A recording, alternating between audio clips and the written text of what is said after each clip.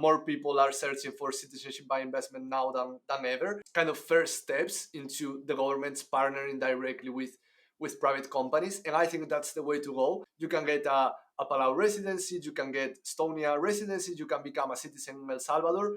But after that, your citizen profile is kind of locked into that country, and you can't really easily, for example, incorporate a company in the UAE and get residency there with that same kind of citizen profile. And that's kind of the new thing that we're trying to build.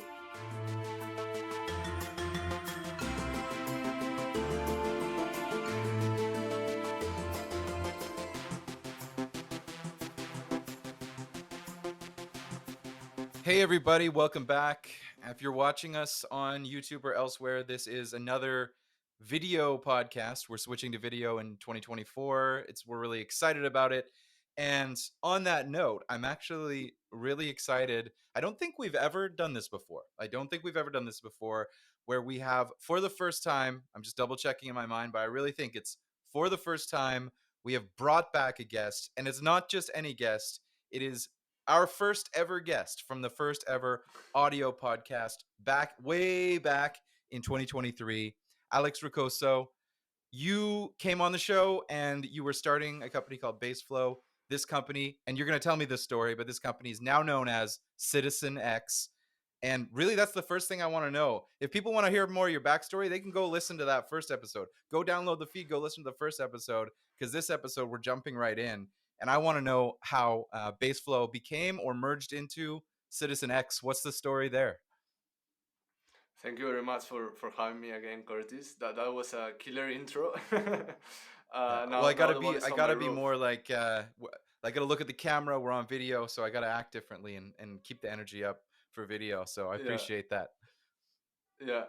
No, yeah, that was great. Yeah, so the major news since we last talked, the biggest update was that we decided to rebrand Baseflow to CitizenX, and we can jump in all the reasons behind that because there was not like just one single thing that made us do that, because as you can imagine, it took a lot of effort, it took a lot of time.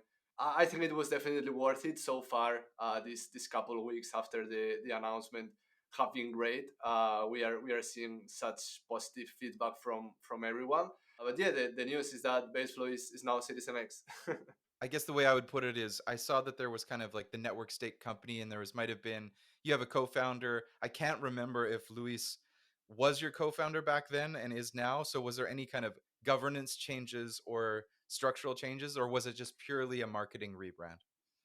It was purely a marketing rebrand. We're actually three co-founders. Hmm. It is Luis P, who is our co-founder and Yeah. CTO, and myself. And in terms of the structuring, nothing has changed. We have the network state company that is kind of like the parent company, the legal company. And then we were building Baseflow as the product.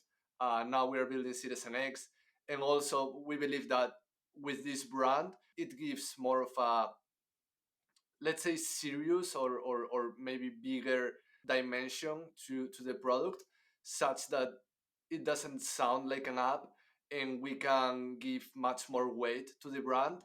We can do so many more things under the CitizenX brand that we believed that we couldn't do under the Baseflow brand. This is one of the reasons behind the rebranding, but it is purely a marketing thing. Nothing to do with the team, nothing to do with the legal structure and none Got of it. that. So yeah, I can see why CitizenX is a grander sounding name. Baseflow is a good name, but it could be just a SaaS app. But CitizenX does sound more like a grander, more transformational company. So I approve. I like the rebrand. Maybe you can just refresh people's memory. On this podcast, we've talked about remote work and digital nomad visas, temporary residencies, permanent residencies. The word citizen is in CitizenX. So are you specifically focused on getting people citizenships, or how broad a net do you cast in terms of migrations, residencies, visas, and ultimately citizenships? Yeah. So right now, CitizenX is focused on citizenship by investment. but we have a bigger vision in mind, let's say, because one of the fundamental ideas or beliefs that we have, and that also motivated the choice behind that name, is that your citizen experience is not just your passport and your citizenship. And that's obviously what is, it's the first thing that comes to mind when you think about citizenship, is like, hey, I'm a citizen, this is my passport. But we believe that your citizen experience is everything that has to do with you dealing with your government, either as a citizen, but it can also be you dealing with a government as a resident, you dealing with the government as a business owner and incorporating your company. So that's where our vision is going right now. Like I said, we are focused on citizenship by investment, helping people allocate capital into jurisdictions that they like and becoming citizens, getting second passports.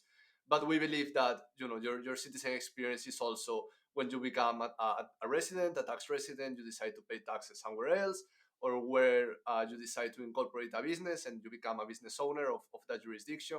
So we want to encompass all of this under CitizenX, and I believe, like I was saying, that this is more of a serious brand, and I can also get into that a bit because I think it's important.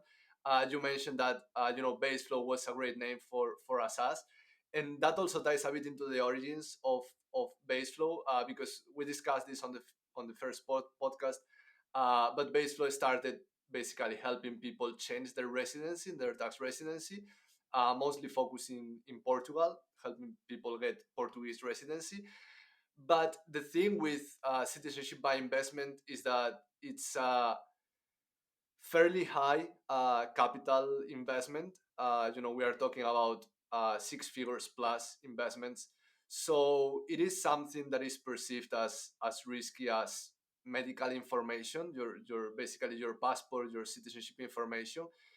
And for that, we believed that we need something that was a bit more serious than Baseflow, or that sounded less like an app. Um, because also and this was mentioned by several people, but when you are doing something that is low stakes, you are willing to try things. So for example, you're willing to try a new app to connect with your friends, and you don't care that much. In the end, it's an app that you're just using to connect with your friends. But when you are doing something that is high stakes, like your citizenship, or like your health, you want more sober brands, and that give you more trust. And this was one of the reasons behind the name change, and also behind getting the .com domain. That was one thing that was being kind of uphill for us, not having the .com.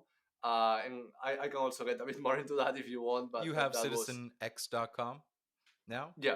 Yeah. Well, that sounds like something that would have been taken. Did you have to buy it from Yeah, someone? we bought it OTC. What's that like nowadays? Is it kind of just cold emailing, and then just negotiating over email, and then you agree on a price, or did you Yeah, use a broker? it's a very painful process, because actually we were considering several alternatives. First thing I have to say is that I was surprised by um, basically the amount of people that have kidnapped good.coms. Hmm. And it's crazy to me because these people are mostly boomers that bought them like 20 years ago, and that basically have great domain names that could be used to build great businesses, and they're just kidnapped by them, and they're asking multiple $1 million for them, Hmm. which is kind of crazy. I think, for example, other naming systems like the ENS for the Ethereum domains make a lot more sense, because basically you pay a fee every year to keep the domain, and it is based on the domain name quality. So if you have a super good domain, then you're paying a lot to keep it, and that makes you just keep it if you are really building something that is valuable, or you are making a business and stuff like that. So that was the first thing. And yeah, I mean, most of the process is just finding the domain owner, and then either using a broker if you can't find it directly, negotiating the terms and all of that. With this one, we were particularly lucky because we were able to talk directly to the owner. And he was also a founder. He was, a business owner. He had done other stuff previously on citizenx.com. That business didn't work for him. I think it was like an online magazine. You can look at it if you go to Web Archive. And he was, basically willing to sell it. We met him, and he was like, super nice. So we got super good terms. Also, he had most of the social media handles, which was another one of our requirements for the rebranding, to be able to secure, at CitizenX on Twitter, at CitizenX on LinkedIn, Facebook, and all of that. Um, I believe right now the only one that we don't have is Instagram, Mhm. but hopefully, one day we'll have that one too.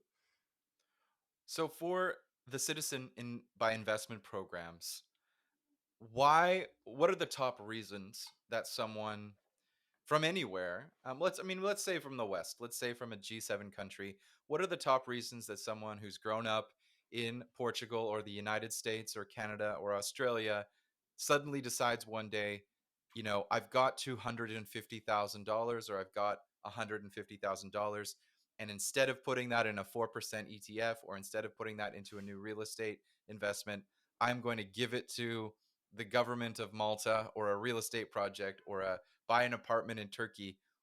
Why do people do this? What's the motivation? First thing that is important to explain is that it really depends by geo, by location. So, Western passport holders and the rest of the world are, totally different animals. When it comes to the Western world, and mostly the US and Canada, that are the biggest markets, it's mostly insurance. So basically, these people don't have second passports.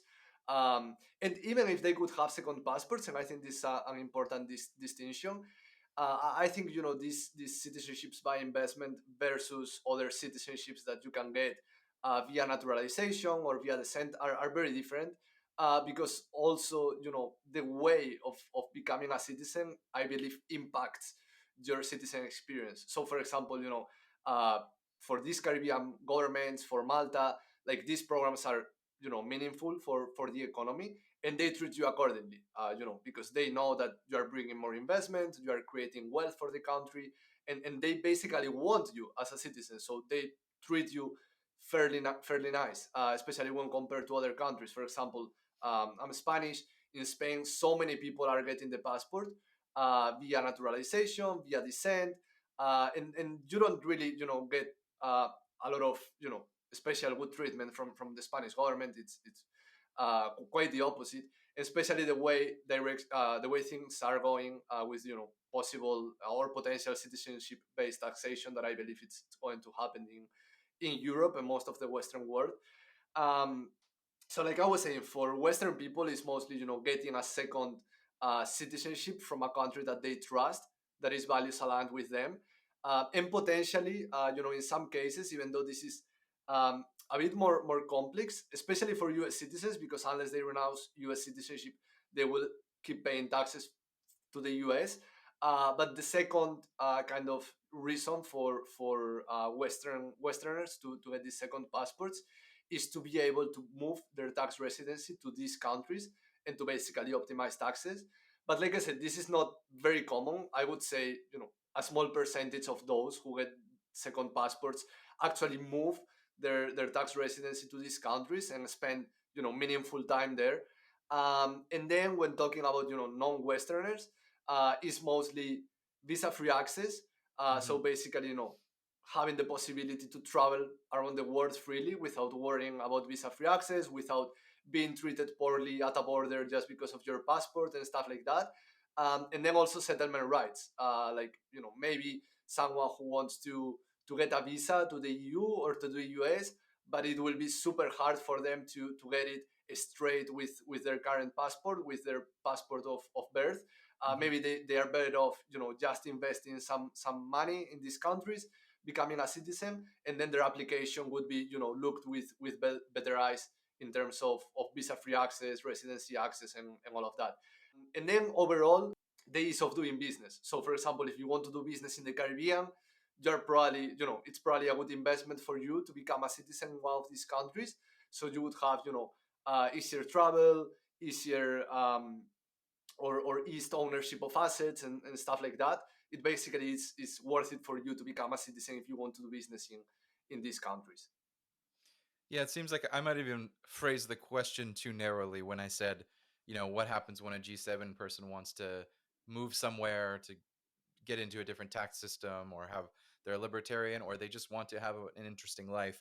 It sounds like also there's this concept that you mentioned of countries, maybe in Asia or other parts. We tend to think, I'm North American, so we tend to think you have your passport and then you can go a lot of places. But in a lot of Asian countries, if you think Pakistan, China, Russia, India, I don't know all the details, but certainly there's a lot of countries where you can't just go to France or New York on a vacation. You might need to get a visa. As a Canadian, I expect I can just go to New York pretty easily and other places pretty easily. So it's that freedom from people that are simply wanting a better, more free passport than the one that they have. Mhm. Yeah, that's one thing, and then there's also another thing that is like, just being able to visit other countries um, without so much pressure. And I have heard this from many U.S. citizens that travel around the world, and they are, if they want to visit China, or if they want to visit Russia or Georgia or Belarus, they are not going to be especially well received as U.S. citizens. Hmm. So it's the case for many of them that just decide to get one of these passports, become a citizen of a Caribbean country that doesn't have any diplomatic issues with any country in the world, and they basically can travel with peace of mind, without worrying about being stopped at a border and stuff like that. And then the third thing is kind of having, like a plan B and a backup plan.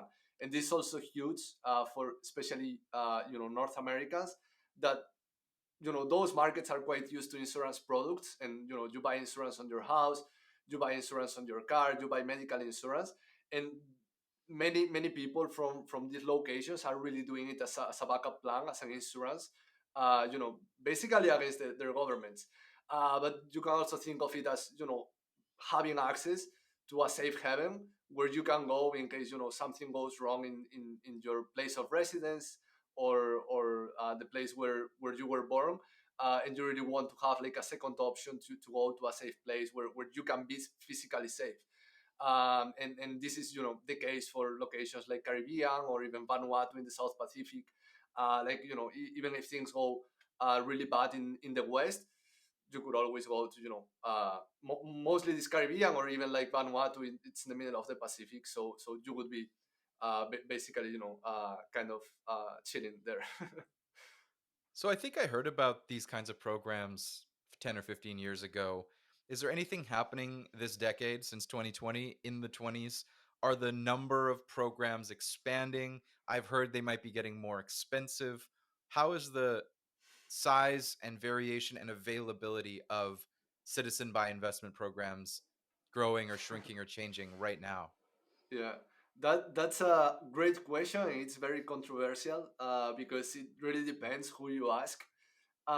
So basically, for context, these programs were created in the 90s mostly.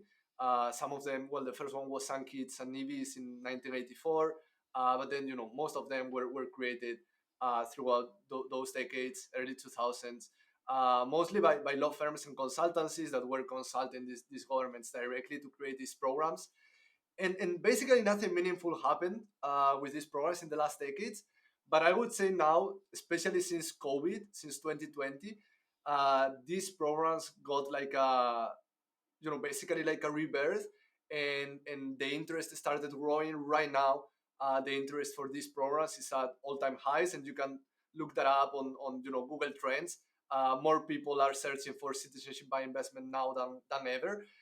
And in terms of creation of programs, we have seen programs being created, especially the one in El Salvador. That one was great because it was created in direct partnership with a crypto firm, with Tether, that basically has like a stable coin, and they do infrastructure for different projects. They have several private public partnerships, and this one was great to see.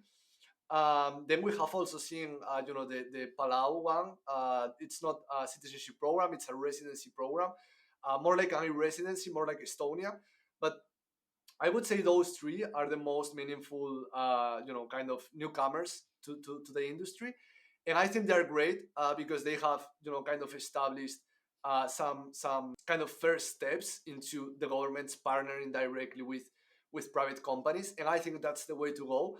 The only thing that I'm missing from these programs, and that we are looking to bring into the industry for during this decade, it's kind of the interoperability and the network effects. Because these programs are great.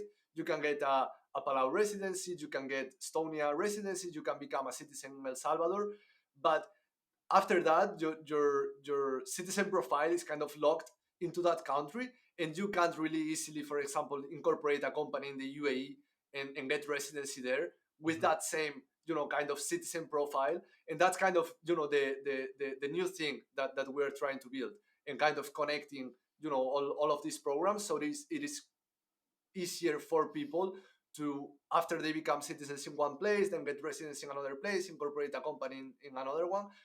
um, and I would say that the other interesting development that we are seeing in the industry is the adoption of cryptocurrencies. I think we are obviously not there yet. You mean that I think, countries might accept cryptocurrencies as the payment for the citizenship by investment?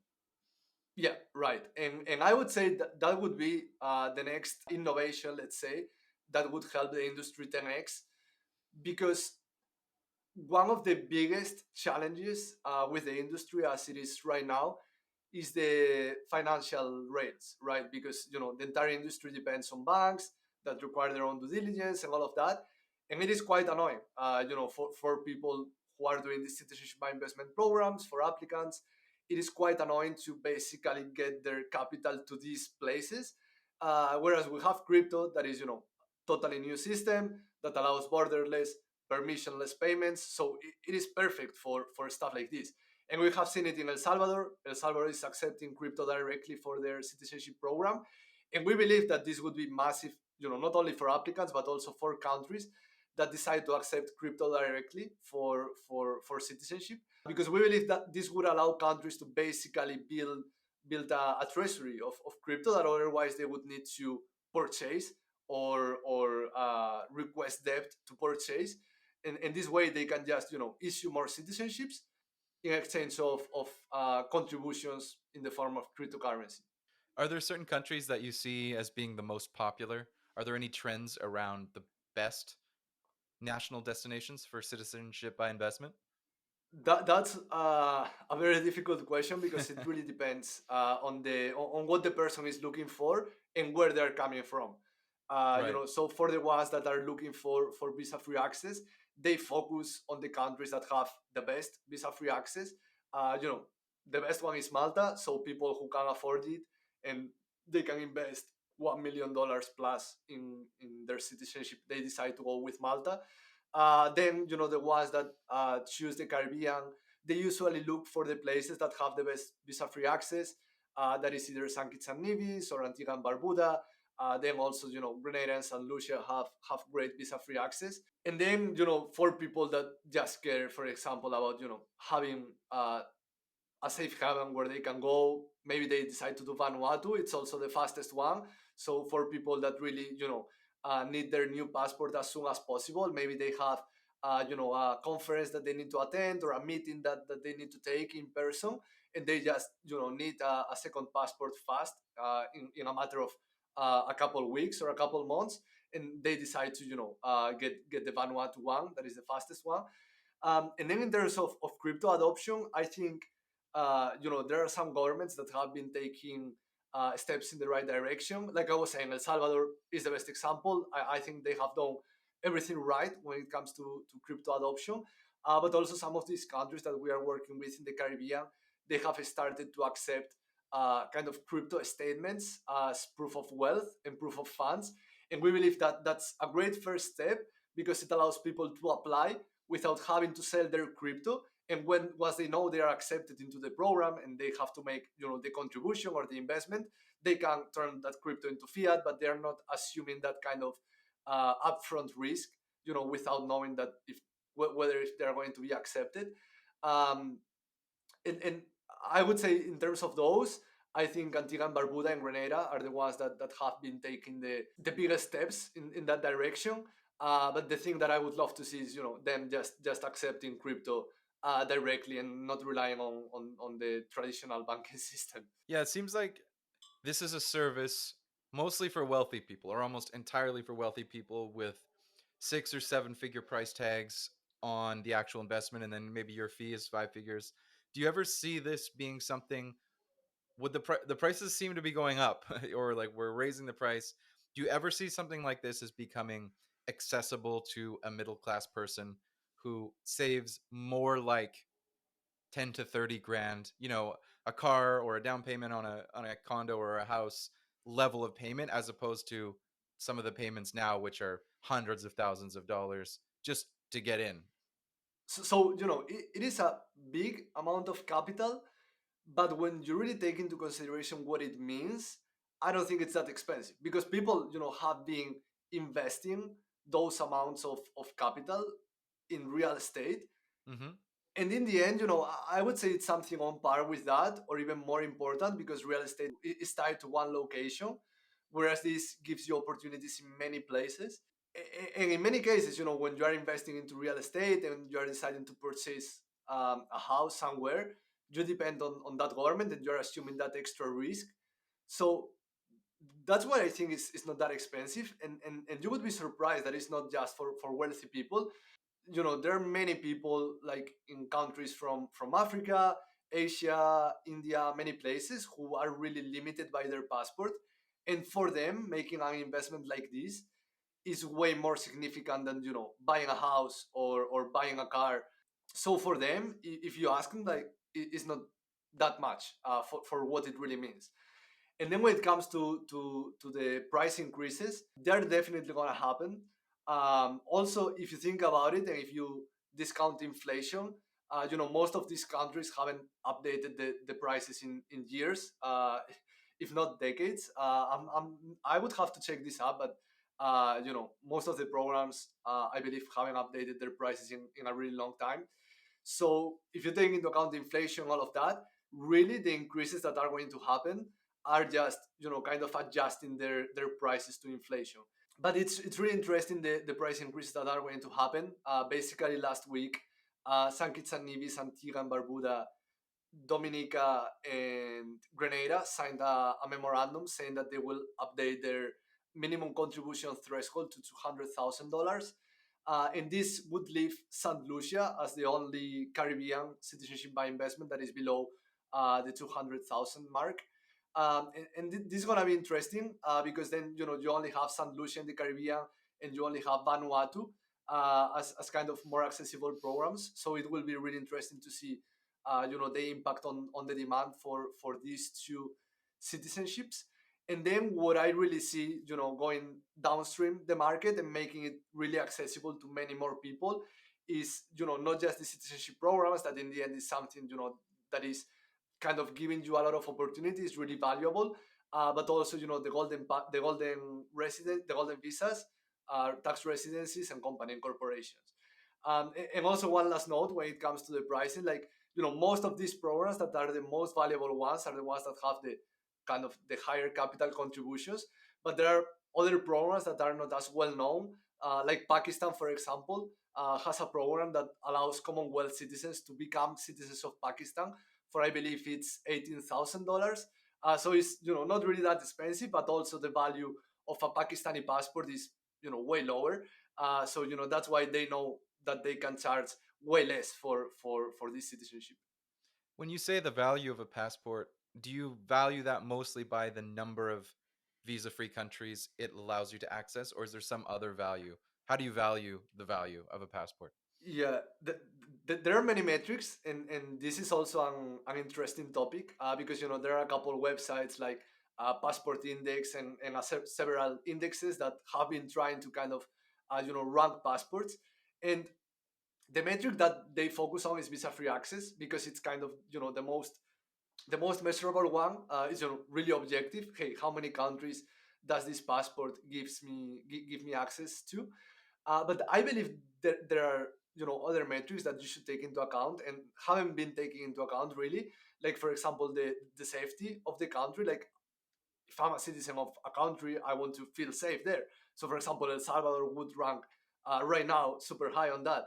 So I believe that's valuable, and I believe it's valuable to have a passport that gives you settlement rights in places that are safe. Also, I would say the tax friendliness is one of those, because, if you are really moving to that place and you are setting up your tax residency there, I believe that also has some value, and that even has, a monetary value that will depend on, the amount that you would pay in taxes, but it can also be measured. Different passports have different value for different people. For example, if I'm paying a lot of money in taxes, then being able to set up my tax residency in a tax friendly jurisdiction is super valuable for me, but maybe it's not that valuable for someone else. So, there are many things that depend on the for whom, of the passport and its value. But I would say generally those are the ones that I like to look at. Yeah, I was. It's funny. As you were talking, I was thinking about different passports, and an interesting country. I'm not sure actually. Maybe I'll ask you. Montenegro, where Zuzalu was last year, is that somewhere that has a citizenship by investment program? Because I know it's not in the EU. Is Montenegro on the list? It used to have one. They Oh, used to. stopped it. Yes, they closed it, and there are a bunch of countries that closed their citizenship programs. Cyprus was another one of those. Hmm. And the Montenegro case is really interesting, because they closed their program around, I think it was by the end of 2022, and in 2023 they processed the backlog of applications that they had, but they didn't take any new applications in 2023 already. Is that from a political backlash? Is that because a certain the citizens or residents, voters in a certain area say we don't like this anymore? Too many people are getting a deal to come here. Yeah, That kind of thing. not. I believe it was not so much that, but two things which actually make sense. The first one is that the EU doesn't like citizenship by investment. They have been pressuring Malta to stop their program.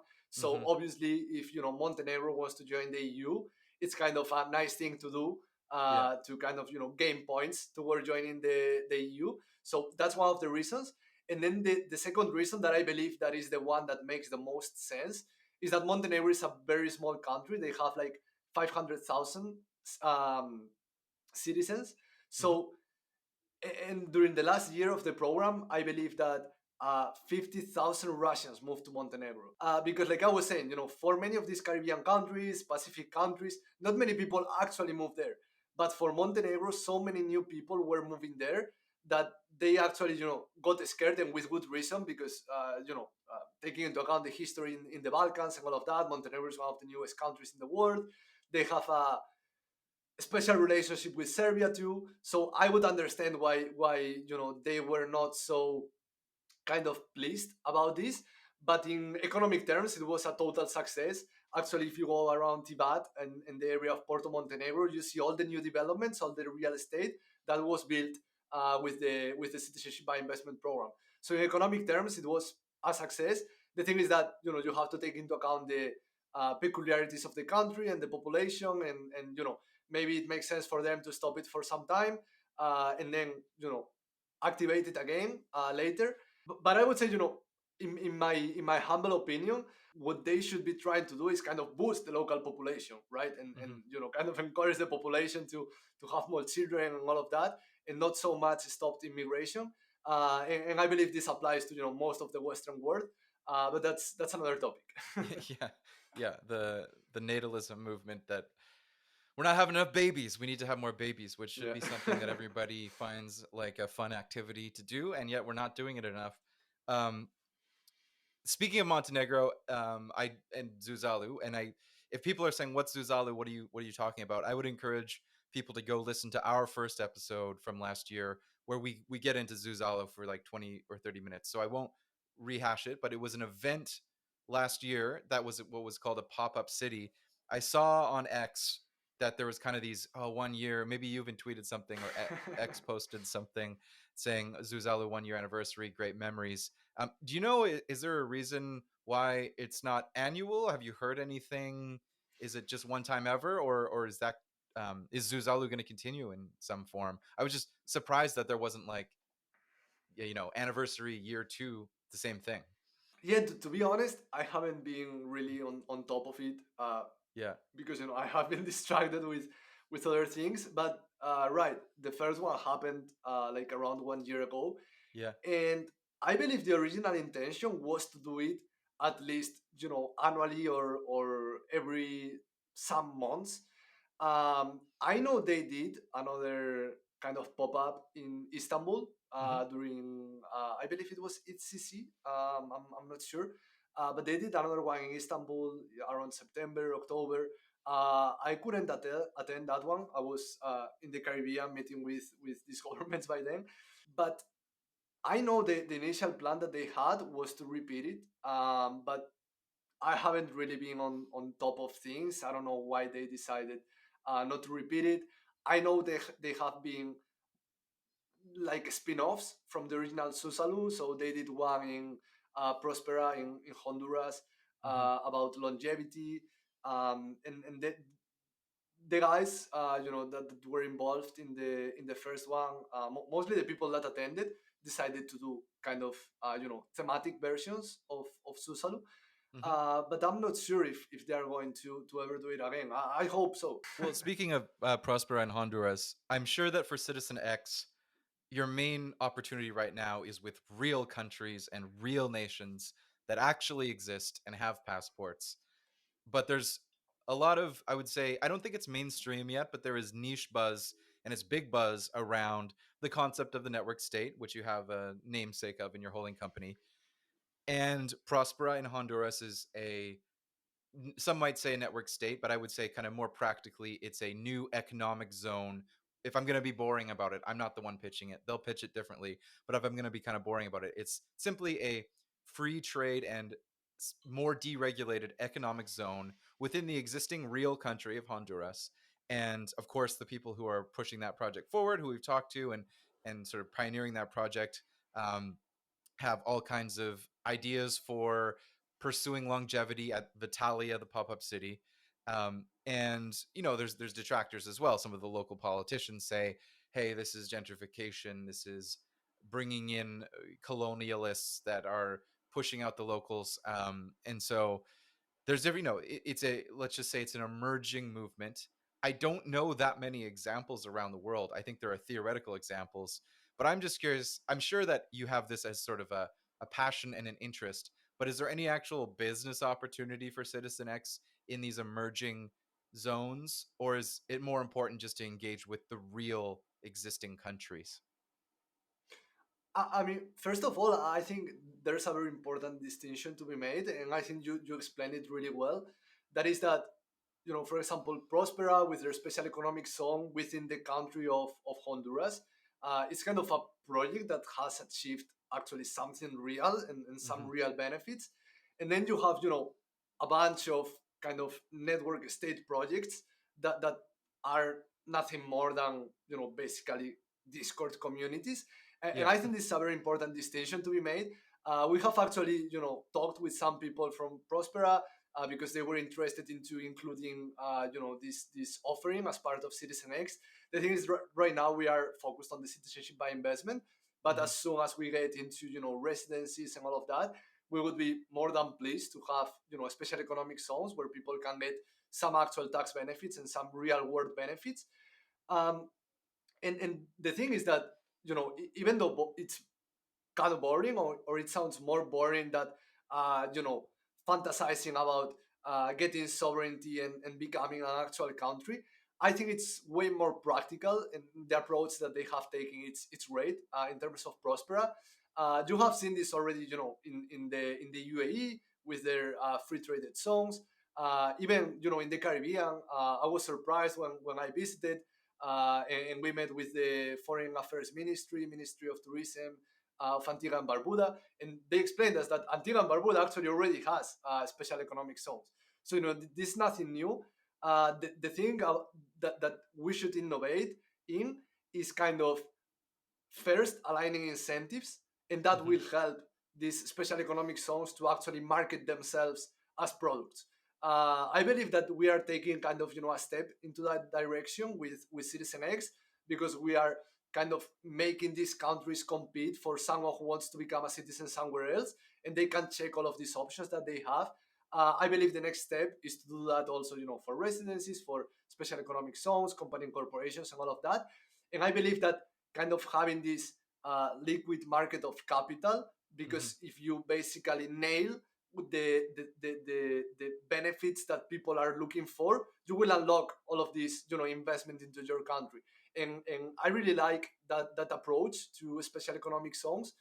And I believe there's a lot that we can do, basically working closely with them.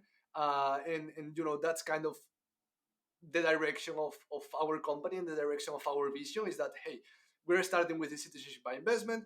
We want to do other governance products, but eventually, since we are developing um, these relationships with governments that are attracting investment, that are attracting capital, we would be super excited to also experiment with maybe establishing special economic zones in partnership with these governments. Yeah, I wonder.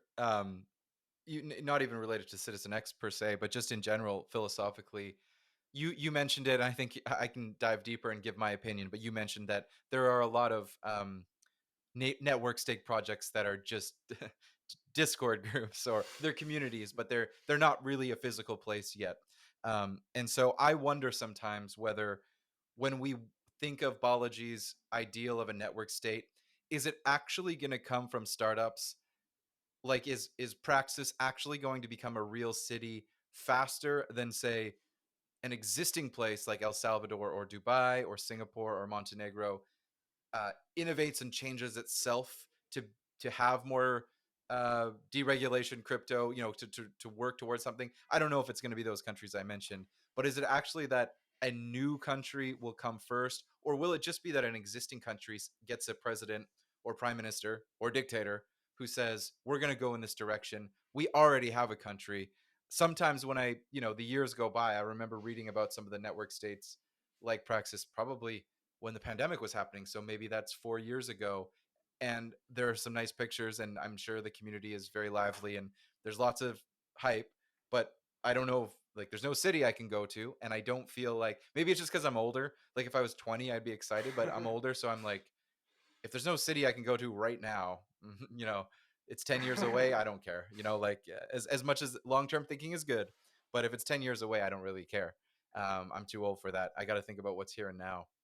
So I just wonder if they're like where it's going to come from. And I a year or two ago, I was hyped and I thought, yeah, they're going to build a bunch of new, fully sovereign network states. Now I start to think maybe Dubai and Abu Dhabi will innovate, when you know some other country will innovate into that faster than a startup will do it. So I don't know what you think. So I don't know where it's going to come from. Um, I'm pretty bearish on it coming from getting actual sovereignty. Just because, Hmm. if we look at history, we have stuff like Liberland that Hmm. has been fighting for sovereignty for years now, and they haven't really, you know, they haven't been able to They kind didn't of make it. get Yeah. recognized. Yeah, they haven't made it yet. Yeah. So that's why I'm not that sure about getting full sovereignty. And I think what I'm or one of the ways that I could see this happening is basically establishing special economic zones, because Hmm. you don't really need full sovereignty, especially for a network state that the entire concept floats around a core idea. So in order to materialize that core idea, you don't need full sovereignty. You don't need a new passport, a new country to make a network state about longevity. Like you could just get sovereignty over those laws that you care about in order Hmm. to basically push for longevity, but you don't need full sovereignty. So that's why I'm more bullish on projects that are trying to establish special economic zones. I think Prospera is great. The only thing is that, the bigger risk that you have with this approach is to tie yourself too much to just one country. And that's Mhm. kind of, the issues that we have seen with Prospera is that they are tied to Honduras. They have no leverage to negotiate with them because they're basically not going to go anywhere else. So I believe that's the biggest risk. I also believe there are ways to mitigate it. But also, I don't know, from where it's going to come from. I don't think, I think that some countries, especially not democracies, have been able to iterate quite fast because basically, they have totalitarian control, so they can Mhm. iterate fast over new governance offerings. I think that's not necessarily bad. I think the good thing is, just experimenting with new models and finding models that work better than the ones that we currently have. I think the UAE works great. I think Singapore works great. I also think that we can probably find, something that works even better.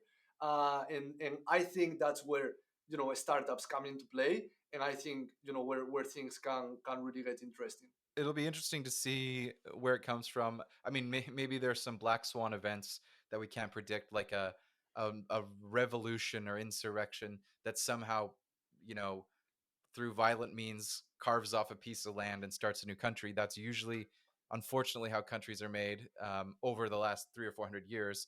I think most people agree that, well, maybe not everyone agrees, but most people in the normal liberal democratic way of thinking think that we shouldn't, use violence to change borders anymore. We're in a world where we're working towards the peace around that. Maybe, you know, in some cases, of course, people will disagree with that. Um, but it's hard to see where new land is going to be created, or new sovereignty can be created. So I almost think that it's kind of like you mentioned how Prospera is in a certain leverage or a certain negotiating position with Honduras. Maybe a, like Balaji sometimes says, a state that exists in 6 or 7 places and has like the same economic zone where there's some anti fragility where one country decides to ban them, but the existence of the network state can continue. Almost like certain clubs or churches or religions have done over the thousands of years, where if they're banned or exiled from one place, the community exists around the world. You could see that with Judaism, Catholicism, and even CrossFit. Like there are places where if it gets banned somewhere, you Yeah. can still do it somewhere else. Um, but Alex, yeah, it's been great. I think we're coming up on time. It's been great to check in with you. Where can people find more about you and CitizenX if they're looking for you on the internet? So people can find me mostly on Twitter. That's the place I'm the most active. It's at Alex Recouso on Twitter, and then CitizenX at CitizenX everywhere except Instagram. We don't have that handle yet, and Yeah. citizenx.com. Okay, we'll add that to the show notes. And Alex, it's been great. Thanks for coming back on, and it's good to check in with you. And I'm excited about Citizen X this year. I'll have to start saving up my MRR to maybe invest in Citizen X citizenship in 2025. So it's great to check in with you. Thank you very much, Curtis. It's always a pleasure.